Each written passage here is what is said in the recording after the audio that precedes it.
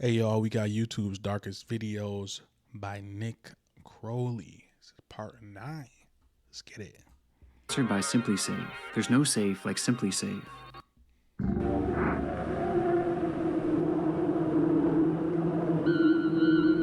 Ladies and gentlemen, we're now arriving our Wasco station stop. I don't lie, bro.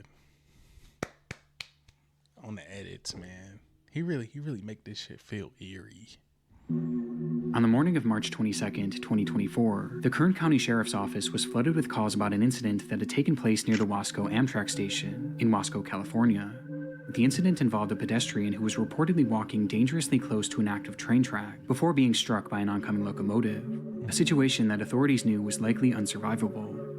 Police arrived at the scene shortly after 8 a.m. and were met with the bloody aftermath of the accident, as they found 48-year-old Horacio Ayala Penoza deceased on the tracks, with the force of the impact being so strong that his body was torn apart and scattered all throughout the area.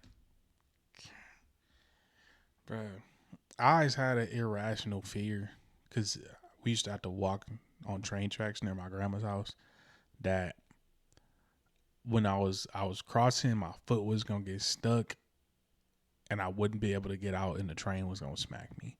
Even in the car. Well, you know that scene from Hancock where dude gets stuck on the tracks in this traffic back and forth and he can't get out. I got this irrational fear that's gonna happen. That's like the worst time too, because it's instant smack. That's a terrible way to go.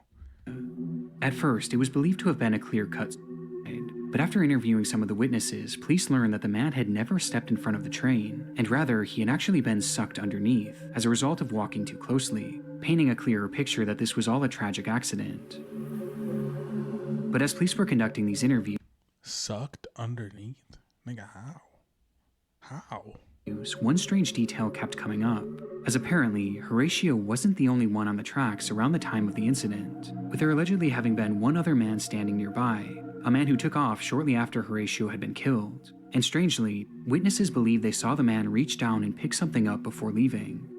For the officers on the scene, finding this man became the next obvious order of business. But by this point, he had already found himself a few blocks away, where he was spotted by a group of construction workers. The group watched as the man walked towards them, appearing to hold some sort of large item in one of his hands, the same item that had been taken from the train tracks. And the closer he got, the clearer it became what exactly this thing was. It was a human leg. Oh, God. Dang. What the fuck? You picked up the leg? For what? What's he? Tell me he was in shock or something, or he know what it's just trauma and he picked up the leg. What? Explain it to me, or else I'm gonna think he pushed dog.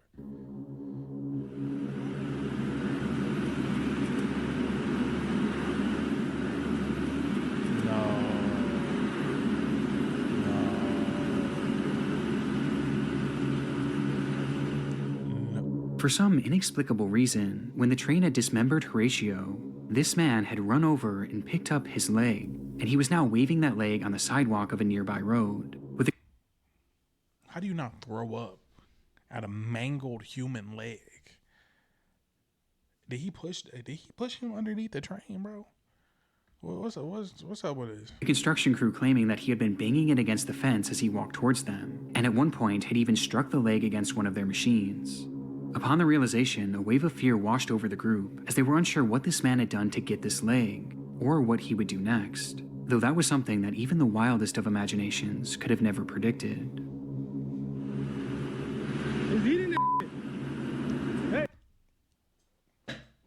Bro, what the actual fuck? What y'all doing? What y'all doing if y'all run into this? Is you calling the police? Running? Hiding? Do you take the leg from him? What do you do in this situation?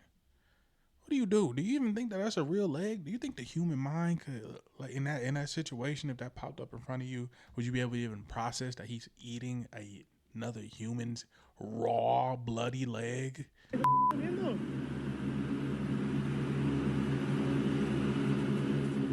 As the man looked down at the leg and began eating it, As the workers watched on in horror, I'm getting a little sick. officers arrived on the scene immediately after this, and when they asked the man what he was doing with the leg, he explained that it belonged to him and that he was taking it to a nearby hospital to have it reattached.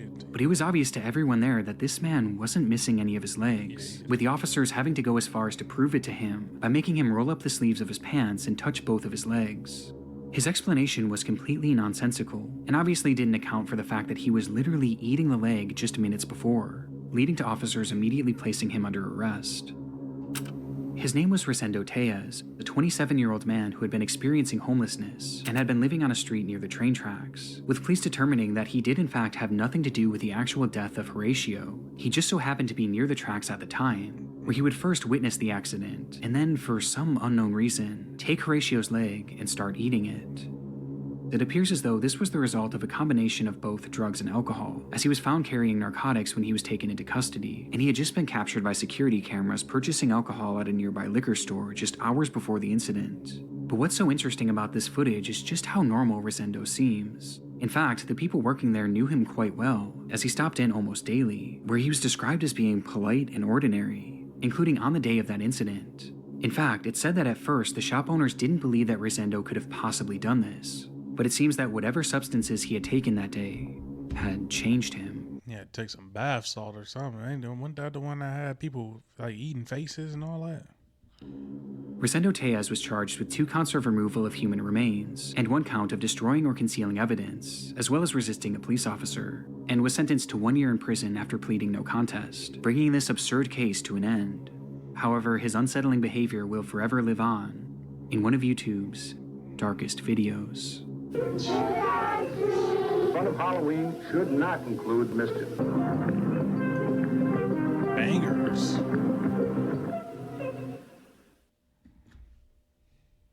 So that was honorable mention, bro. That's 9. I don't know how you gonna top. I know you gonna top a leg boy.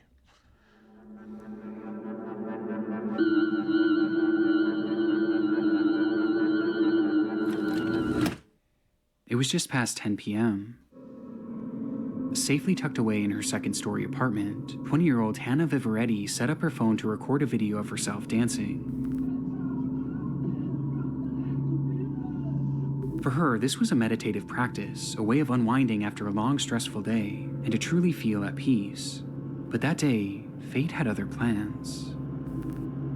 They say she was the upstairs neighbor, man. See, up there making all that goddamn noise, dancing every day.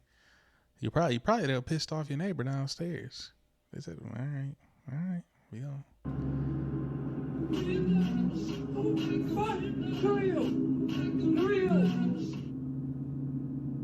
As Hannah was I don't like this. I don't like this shit, gang. I don't like this shit whatsoever, dog. This shit, no. Hell nah. I don't like this shit, bro. She got me looking over my shoulder right now, bro. I'm a little scared. dancing, something off camera caused her to stop dead in her tracks and yell, "Who are you?" It was a man whom Hannah had never seen before, standing in the doorway of her balcony, which again was on the second floor, meaning that man had climbed up, cracked open the door, and was now standing in her home staring at her, quietly muttering nonsensically with a big grin on his face. Who are you? Who are you? Please get off. Hannah stopped the music and again asked, "Who are you?" To which the man responded by saying, Please. Run now, run. Get the phone and run. Run, get a knife, get a bat, get something, get some fire. Get out of there. Don't stand there. Get out. No, please get out. Yes. but her demeanor and the panic in her voice made it all too clear that this was far from the case. Who are you? Please get out of my apartment right now. She started to make her way over to her phone and then towards the front door. All the while, the man kept calmly insisting that they be friends, but Hannah was having none of it. Please get out of my apartment right now. Opening her front door and in the process, Get out. Get out. pointing the camera directly at the intruder, giving us our first and only glimpse of the man as he's standing still in the balcony doorway. And with her front door now open, she yelled at him to get out, loud enough for the neighbors to hear. Get out. I ain't gonna lie, you gotta get some fire now, shorty. You gotta get some fire. Which finally caused the man to retreat. As it turns out, Hannah did actually know who this man was, at least vaguely, as he lived in the same apartment complex, but Yeah, you gotta move. Before you even got to saying that shit, I was gonna say, sure, you gotta move. It's over with for that apartment. It's over with for that one. I don't know. You can't have the balcony crack. Niggas climbing up. Nah, I'm straight. he never actually spoke to her. He would always just stare and smile, making it apparent that he had some sort of sick interest in her. As for why he entered her home that night, it's fairly obvious that his intentions were incredibly sinister, with Hannah recalling that during the entire experience, his hands never left his hoodie pocket, making her wonder if he was holding onto some sort of weapon that he may have been planning to use on her. But thankfully, because of her swift reaction, we'll never truly know what he had planned that night. Days after I hope she got some fire.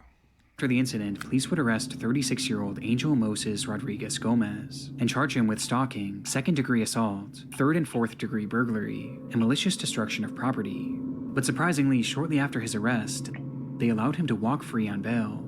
And given that he lived in the same apartment complex as Hannah and clearly knew where she lived, this decision was incredibly controversial, with Hannah herself stating in an interview that, "I just don't think it's fair that he's walking freely right now, and I have to watch my back at every angle." Nigga, how do you make bail after stalking somebody, bro? In the same in the building, a tenant. You stalking a tenant in your building? They're like, oh yeah, you made bail. Go home. Go home to where you was stalking at. You know what I'm saying? Presume activity. Fuck you, make bail. What was that judge on? Was that your cousin? Your dad? Thankfully, the court's decision would not lead to any further escalations in the case, and today Angel no longer lives in the country, but the footage is incredibly chilling nonetheless, and it sent me down a rabbit hole of home invasion videos late the other night. And here on YouTube, I came across countless unsettling examples. One such example comes from Saratov, Russia, and shows a woman moments after being awoken by the sound of knocking as she lay in bed in her apartment. It was around 4:30 a.m., which was already unusual enough, but things became downright horrifying for her when she realized that the knocking wasn't coming from the door, it was coming from the window.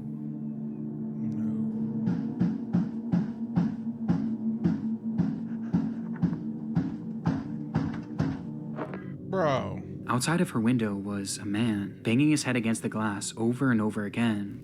And equally as disturbing, this woman's unit wasn't on the first floor. She was 2 stories up. This shit that only happened in like this shit that I can't even fathom right now. Only in like a horror movie or something, you climbing up 2 stories of a building to do this. This shit beyond me, gang. What the dope must be hitting good. The dope must be hitting good. And she didn't have a balcony. Across the street, a neighbor filmed the incident as it happened, showing us that the man was standing on one of the building's gas pipes while he continued to strike the window. Eventually, these hits grew so forceful that the glass started to break, and his head began bleeding profusely, finally leading to the man stopping. But not in the pursuit of entering the home.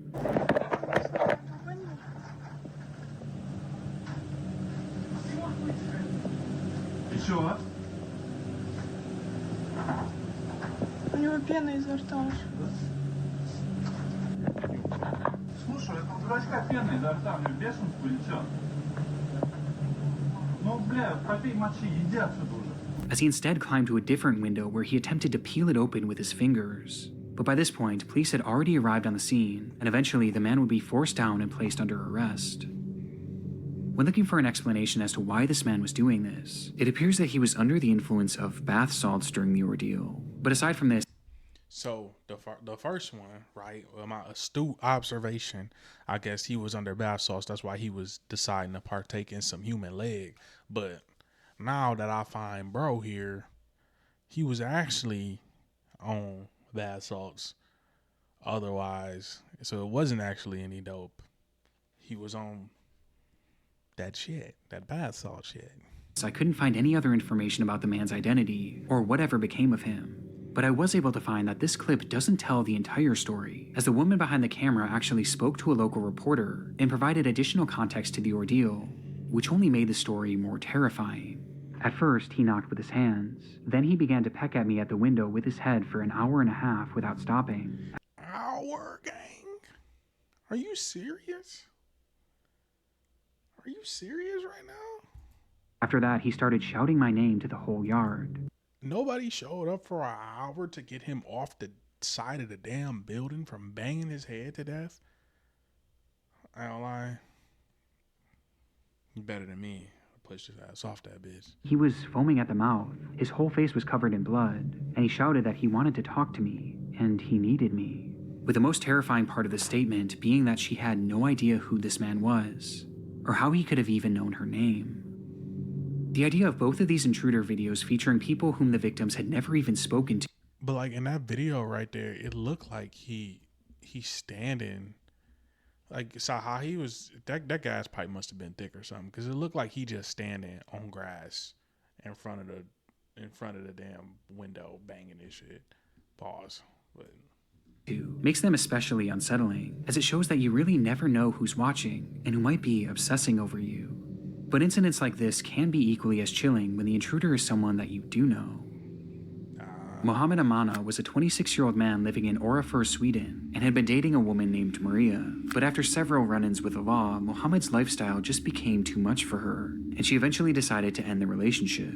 This caused Mohammed to become enraged, an emotion that was only further heightened when he discovered that she was staying with a male friend of theirs. And on the 25th of May, he would show up at his doorstep and ask to speak to Maria. Inside, the male friend and Maria both refused to let him in and told him to leave, and for a moment he did, though only temporarily, as he would return minutes later, this time armed with a ladder. And noticing what he was trying to do, the homeowner began recording on his cell phone. En stege. Okay. Vad gör du, Mohammed? Vad gör du?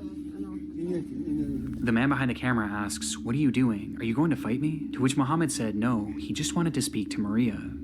Tror du kommer upp här? Tror du kommer upp här? Nej, wallah. As he said this, his demeanor was unsettlingly calm as he continues making his way up the ladder. Mohammed, du kommer inte upp här. Du kommer inte in I mitt hem. bro, push his ass off the damn. Why are you letting him proceed? Why are you letting him proceed? Get your ass out my window. Get off my house, my residence. I'm pushing you down this bitch. You crazy. You're not climbing in here. Du kommer inte in I mitt hem, Mohammed. With his demeanor being so calm that the cameraman couldn't tell if Mohammed was a threat or not, though it wouldn't take long for him to get his answer. I didn't invite you. Du kommer inte in I mitt hem. Därför han högg mig med en kniv. See, that's why you can't play with niggas. You not climbing up here, gang. You not climbing up here. I'm sorry. You ain't getting up here, bro.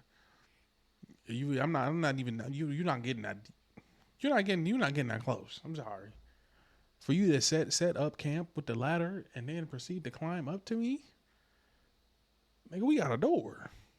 Nah, you ain't getting in here. In an instant, Mohammed struck the cameraman, causing him to retreat into his room, closing the sliding glass door just in time for Mohammed to step on the balcony and brandish a large kitchen knife.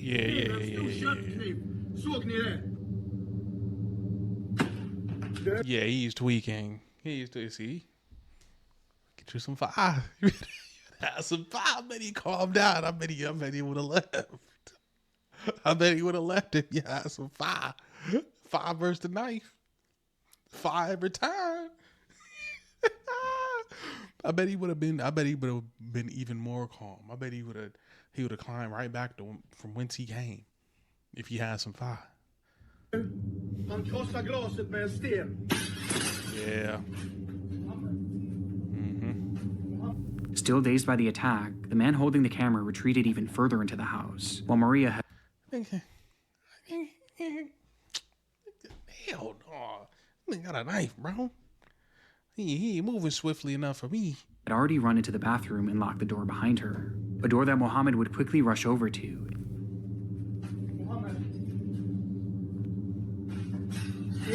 Släpp in mig på dassen, han kommer in. Han kommer in, Maria. Mohammed, hugg du. Mohammed, du högg mig redan.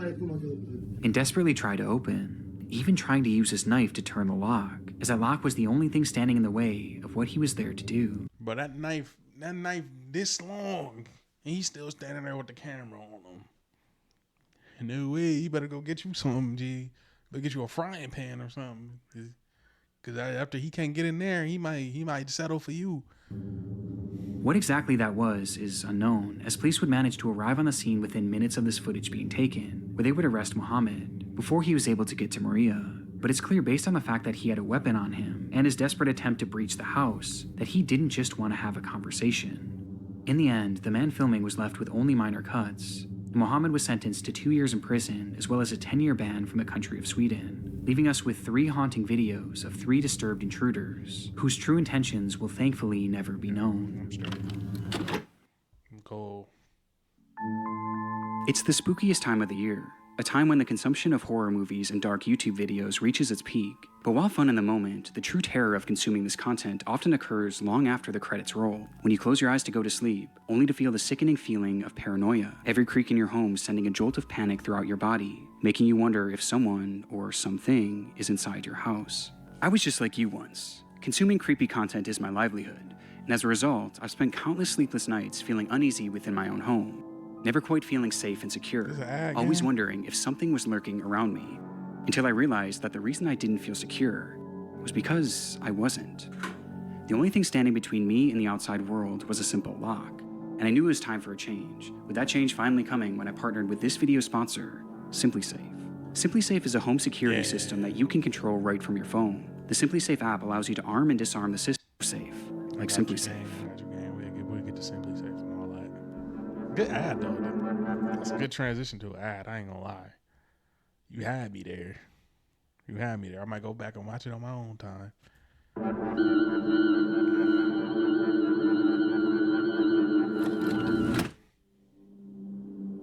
Alright, hey folks, this is Noah, getting my blog live. Trucks and trucks and lots of trucks. This is the very first footage that Noah Harpham would post to YouTube. After years of having a channel, Noah finally decided to give uploading a try, posting this inaugural video to a self-titled channel on October 29th, 2015, titling it 10/29/15, video blog number 1, and introducing himself to the platform with a simple, "Hello world," in the description. No, but I did want to dissect just the beginning of a sermon given by a Pastor Bill, a guy that my dad has been following, taking ideas from for 10 years at least. He and his family, 2 kids. In the video, Harpham paces throughout his home and discusses a priest named Pastor Bill, whom he believed was influencing his father and his family, and clearly not in a good way. I've been ignorant of it for a long time, so I wanted to look at it, and I challenged him just to look at 15 minutes of this sermon. Though he gives no context as to who this pastor is, only mentioning that he had been ignorant of the situation for a while, and that this video was his response after trying to expose the truth to his father. I've been waiting and haven't heard anything, so I was going to just post my reply, and I guess that's how I'll start my blog. Again, what this truth is unclear, as the lack of information makes this video a confusing watch, and ultimately it tells us very little about who Noah was, let alone the other people he was discussing. But he did end the clip by making it clear that this was only the beginning of what would be a reoccurring blog series that would showcase just him, his thoughts, and his camera. The blog is just going to be me with video camera, and that'll be it. We'll see what happens. But before those uploads would come, Noah had pinned a website in his description that directed users to a blog post written by him that same day, titled, "Is My Dad in a Cult? Even worse, is it satanic?" Throughout the writing, Harpham loosely provides additional context for his video, as he breaks down a sermon given by Pastor Bill, who is shown to be Bill Johnson, a well-known preacher from the Bethel Church in Redding, California, who had garnered a large following online. And despite the sermon being over an hour long, Harpham goes through it point by point, critiquing everything that he said. And the more he typed, the more angry he got. And the more angry he got, the more nonsensical his words became. "I'm attempting to present a case that shows the leader of this prestigious institution, along with a select group of rulers, are using mind control techniques to poison and confuse legions of useful idiots that slave away to keep the institution humming along, and that this man, Pastor Bill Johnson, and his ruling caste are using mind control to keep people imbalanced and ignorant, in a state of perpetual waiting for the material world to be defied, while they themselves are profiting immensely in this material world." Something tells me that he is not mentally well. And Pastor Bill is going to be at the end of it.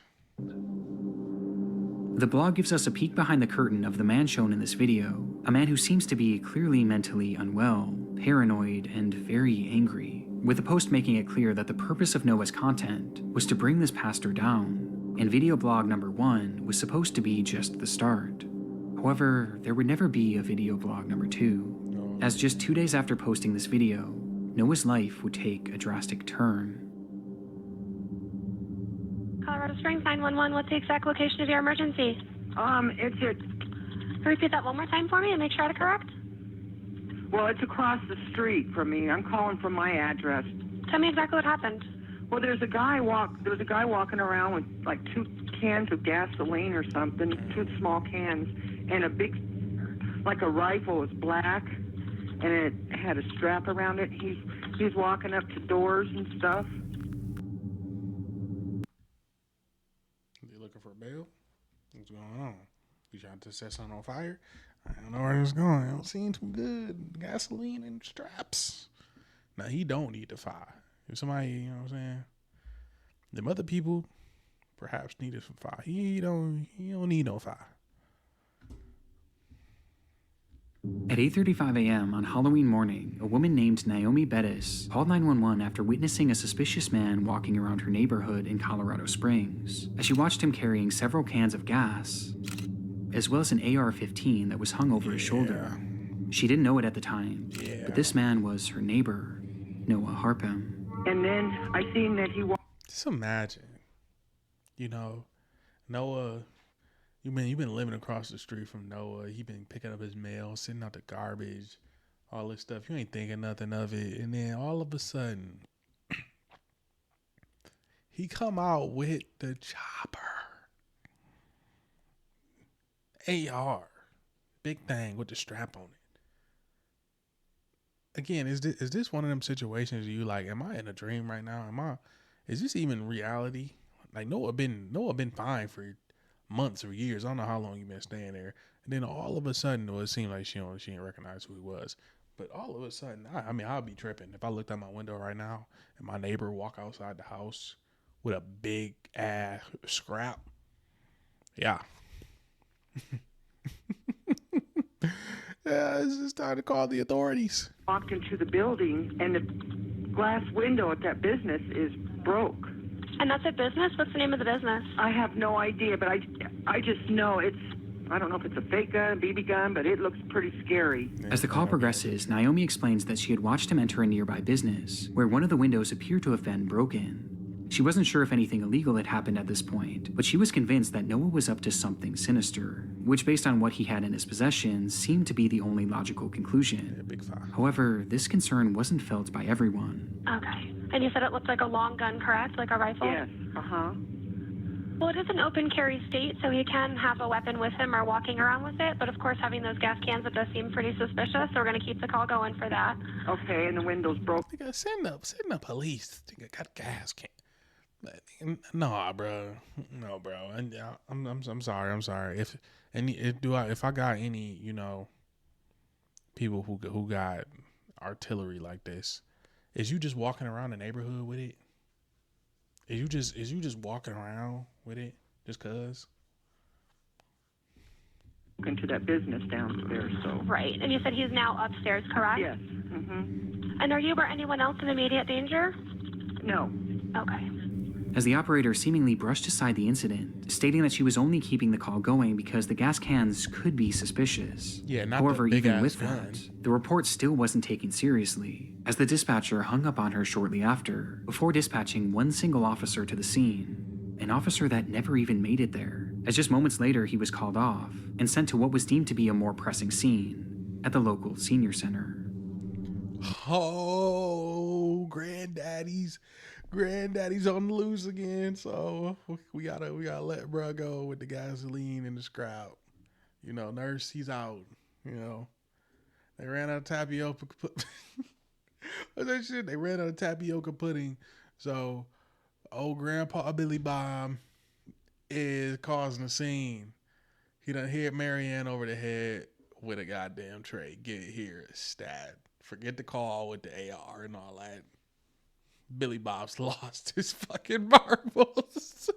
Naomi's concerns were completely ignored, but despite this, she continued to watch out her window, waiting to see what Noah would do next. 4 minutes after her call with police ended, and 10 minutes after first reporting Noah's behavior, Naomi would dial 911 once again. Only this time, her demeanor was far different.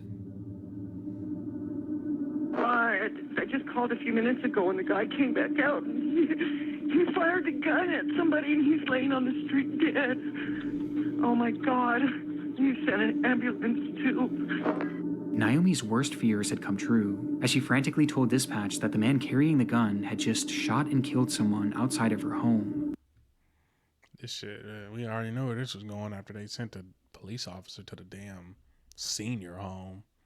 Oh my God. Okay, calm down, okay? Stay with me. I'm just... Nigga, don't tell me to calm down after I told you I was in danger. Y'all couldn't even at least send somebody.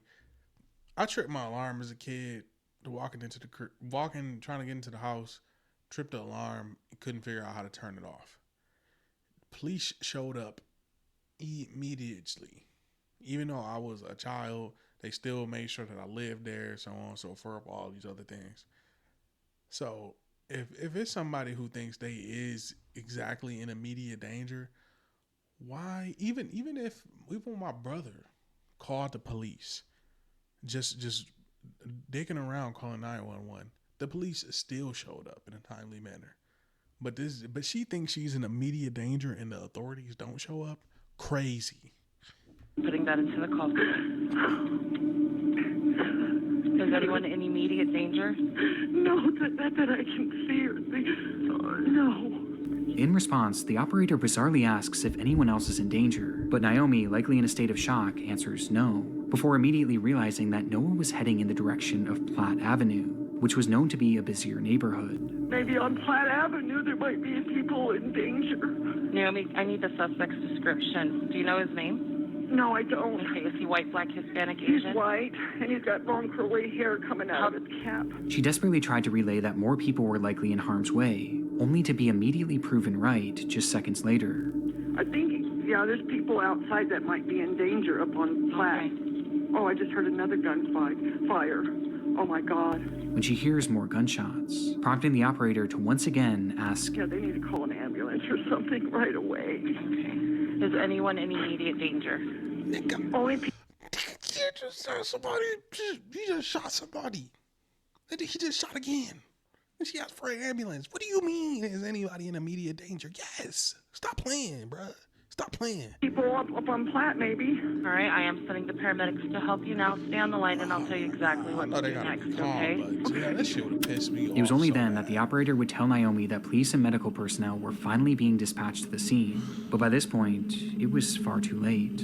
Yeah, In the moments after Naomi had made her first 911 call, Noah Harpham would first attempt to light his house on fire using the 2 cans of gasoline. Though this, however, failed and caused him to quickly shift his focus. Noah instead stepped outside and brandished his rifle, immediately pointing it directly at Andrew Mayers, who had been riding his bike in the neighborhood. And after seeing the gun, the man stopped and begged him not to shoot, to which Noah responded by pulling the trigger multiple times, killing him instantly, with Andrew Myers being the man that Naomi had seen laying dead on the street.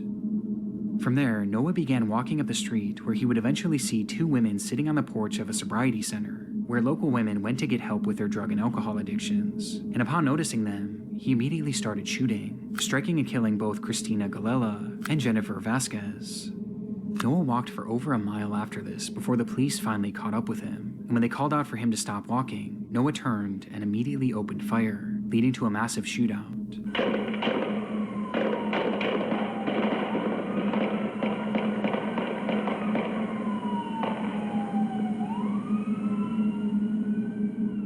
When the smoke cleared, the only one struck had been Noah, who was lying dead on the pavement, marking the end of his killing spree. The investigation that followed revealed that Noah had never even met any of the 3 people he killed that day. They were all total strangers, leaving the question, why had he done it? Yeah, it wasn't. So what did the pastor have to do with it? Why I would have thought he was making his way over to the church or something to where he was at, but no, it was just random people What pissed me off is the fact that I'm still stuck on this. They sent him to the senior center thing. I made a joke about it, but like, be so fucking for real. Well, even today, there's still no clear motive, with this appearing to be a completely random and senseless act. But looking at his final and only posts online, Noah was clearly very angry and seemed to be mentally unwell, which was corroborated by testimony from his parents, as they later claimed that he had anger issues and suffered from drug addiction and bipolar disorder. But what's so unusual about this to me was that this video was published just 2 days before the killings, and it was clearly not meant to be a one-off post. It was something that he seemed genuinely excited to continue, yet not even 48 hours later, he resorted to this. What happened in that time frame may never be known, but the effects of it will last forever. And I can't help but wonder how differently this all could have gone if that initial 911 operator had just taken Naomi's report seriously. Noah's spree didn't start for a full 10 minutes after she started that call, which would have been more than enough time for police to intervene. But instead, Noah was given all the time he needed to end 3 innocent lives. Yeah, for no reason. Three people died because I sent somebody to see him. So come on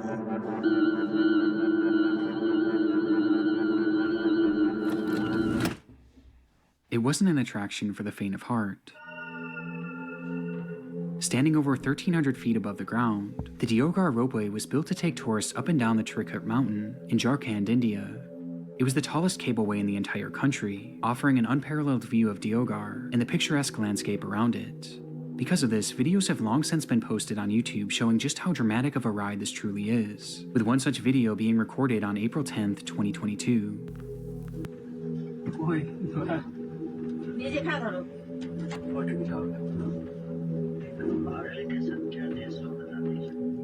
That day, a woman and her family had been filming their adventure to the Trikut mountain and were now filming a first-person view of the descent back down.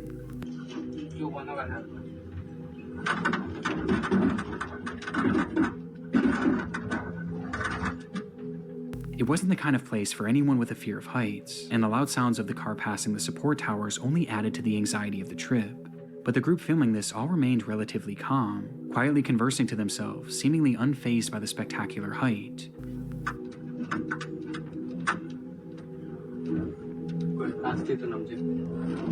Even enjoying it. A feeling that I don't have a fear of heights, but if my only thing separating me from falling to my death is that rope, fuck no. I'm not getting on this, brother. You lost your damn mind. Wouldn't last.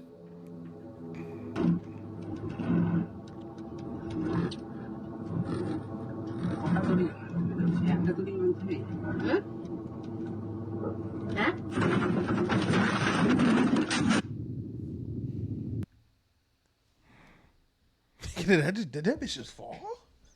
Yeah. Hell no, son. I know that bitch ain't just fall. Without any warning, the car was met with a massive force, sending the occupants and the camera to the floor, causing the footage to go dark. In that moment, one of the ropeway's axles had dislodged, causing a failure on the pulley system, which resulted in 2 carts crashing into each other, and the rest coming to a sudden and violent halt. The impact was brutal, but somewhat surprisingly, the footage continued.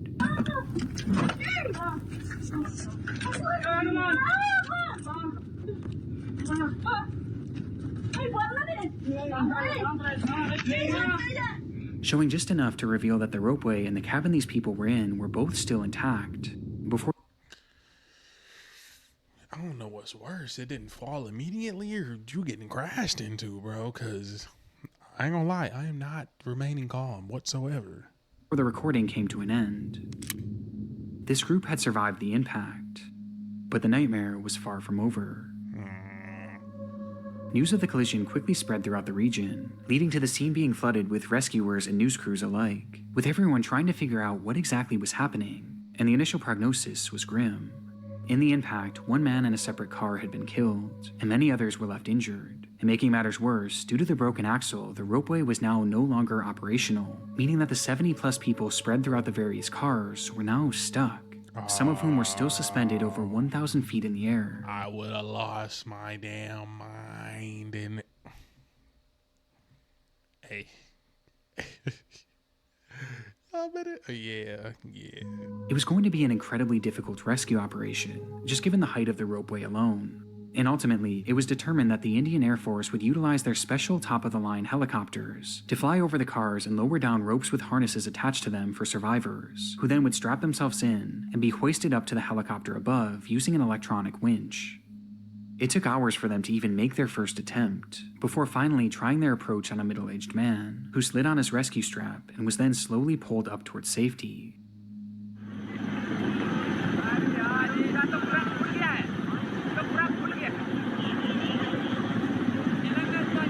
Even that's crazy, bro. I don't like how the footage close of this is horrifying. These people were already over 1,000 feet in the air when their cars got stuck. And see. Again, irrational fear. I would have felt like that other helicopter. It probably was farther away than what it seemed in the video, but I would have thought I would have got shredded by that other helicopter, or at least get somehow caught up in the turbine above me. now they were being lifted even higher, tethered only by a single rope and a safety harness. Worst of all, it was a particularly windy day, which was made worse by the swirling of the helicopter blades, a combination that caused the man to start swinging wildly from side to side as he hung onto the rope for dear life. This shit is... It's a Mission Impossible shit.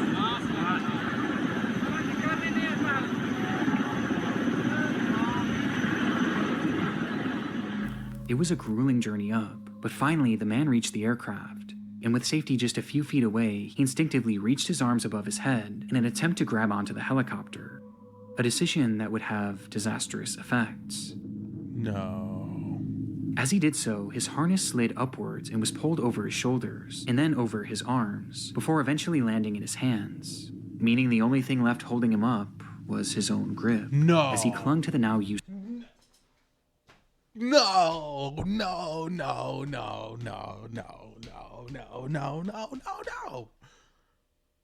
You mean to tell me I just went on this damn cart, got crashed into, survived that, didn't fall out the damn sky 1,000 feet.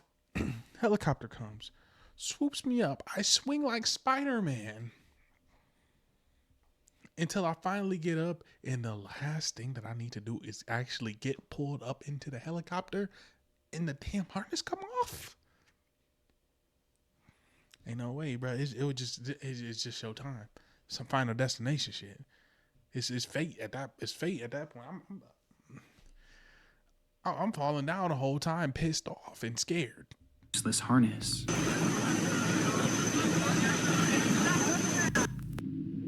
For a full minute, he dangled there, just inches away from rescue.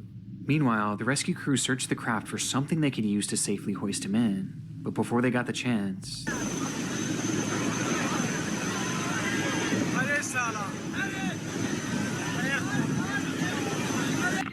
the man slipped out of his harness, momentarily catching himself on the side of the helicopter itself. But by this point, his strength was gone, and seconds later, his grip would fail for good.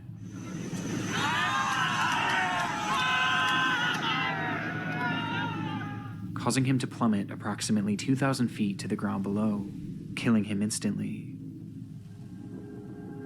For those waiting to be rescued, the sight was especially horrific, as they watched the man who they thought had made it to safety fall to the ground right in front of them.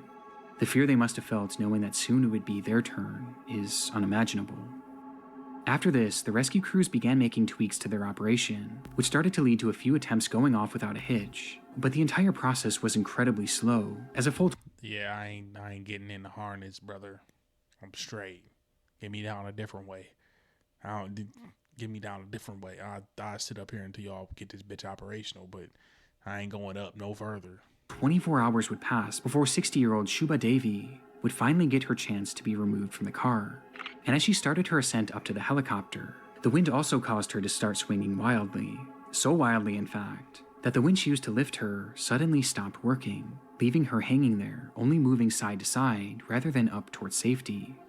As she hung there, rescuers on the helicopter frantically tried to figure out what the problem with the winch was.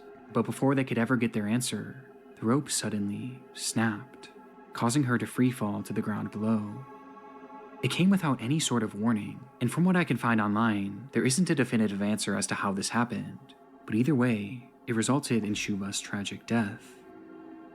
It took a total of 48 hours for the last of the survivors to be rescued and finally brought to safety, an unimaginable amount of time in an unimaginable position, with survivors having to watch 2 people fall to their deaths before them, unsure if they too were going to meet the same fate. How could you even get out the car after you just... How could you even try to attempt to get rescued after you just witnessed that? I couldn't bring myself to get on that bitch. Since its release, the footage has sparked some debate online, as the media actually hailed this as an impressive and even successful rescue operation for the Indian Air Force, while others have hit back on this, as both incidents seem to have been entirely preventable, with more people dying from the rescue than the accident itself. Though ultimately there were no repercussions for the rescue crew, with the only punishments being dished out to the operating company DRIL, which was accused of not properly maintaining the ropeway and not following proper safety protocols. It was even alleged that when the initial crash happened, the people operating the ropeway at the time actually fled the scene and never even called authorities, but I'm not sure if this was ever actually proven. DRIL was fined over $1 million and has since been blacklisted from operating ropeways for 5 years, while the families of the deceased... 5 years? Forever? 5 years? Yeah, y'all done, buddy. No, y'all ain't touching no more ropes. Y'all ain't doing shit else. Good, and the rescue team gotta be... Y'all gotta be under watch too. I mean, shout out to y'all for saving people and attempting to try, but that was not the way. Were given around $33,000 in compensation. Currently, there are plans to repair and reopen the ropeway, though at this point, no official date has been given for the reopening. Nope. Shut that bitch down. Shut that bitch all the way down. Hey man, that's a hell of a video, bro. Hell of a video. I was waiting on the next one, but shit. Hey, you want to see more reactions like this, man? Make sure you like and subscribe. I'm gonna get us up out of here.